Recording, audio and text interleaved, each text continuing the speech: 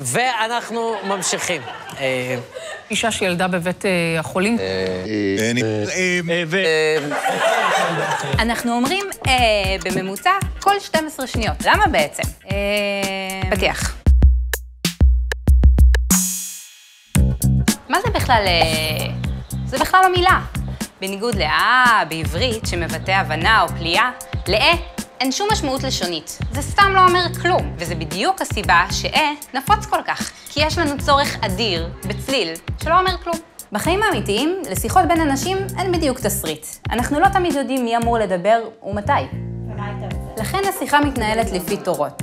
ובפינג פונג הזה, הדרך שלנו לאותת למשתתף השני שהגיע תורו, היא לרוב פשוט לשתוק. אבל לפעמים אנחנו משתתקים מסיבה אחרת.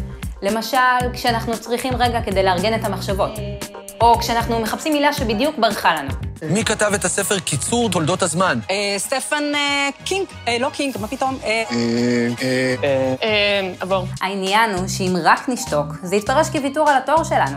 לכן אנחנו אומרים, כדי לשמור על התור. אנחנו לא עושים את זה בצורה מודעת. במקרים רבים, הוא תוצר של מאמץ קוגניטיבי. רעש שהמוח שלנו מייצר בזמן עבודה. קצת כמו הרעש הזה שהמחשב עושה כשהוא מתאמץ.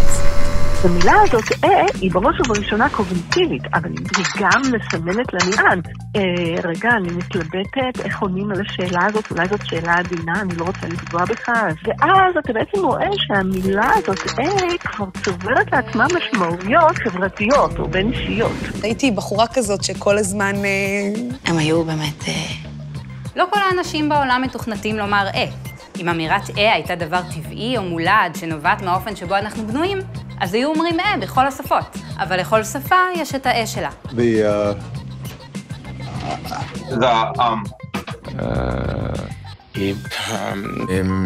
אז מה עושה דווקא לברירת המחדל של דוברי העברית?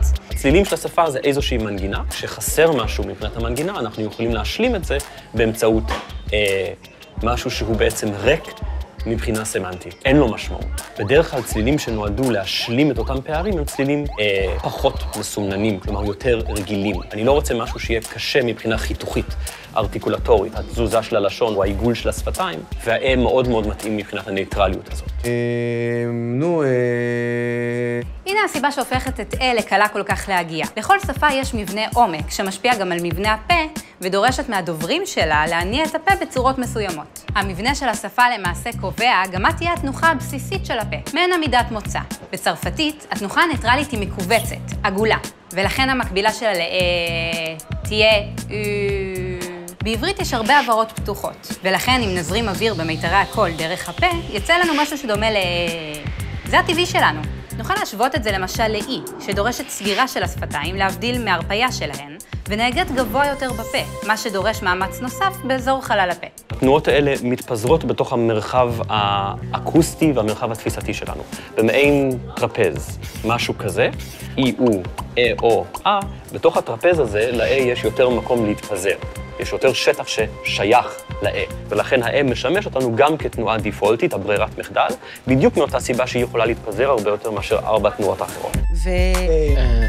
לפי אתר מאגרים של האקדמיה ללשון העברית, השימוש הראשון בעברית הכתובה מופיע בסיפור בחורף של יוסף חיים ברנר מ-1903. סביר להניח שמעט דוברי העברית השתמשו עוד קודם לכן, אבל האם ברנר שאב את מהם, או שאולי הוא לקח אותם מדוברי הרוסית והיידיש, שגם הם השתמשו בתנועה? אולי. בישראל עדיין אפשר לשמוע את הביטוי שמקורו ביידיש בית סיגה למה, שמשמעותו היא האדם הזה עושה קולות כמו עז שעושה מה. כלומר, אדם שמגמגם ולא יודע לדבר כמו שצריך, או בקיצור, עושה הרבה הסופרים העבריים הראשונים פשוט כתבו את מה שהכירו מהשפה הדבורה שלהם, ובשפה הזו, אנשים אומרים הרבה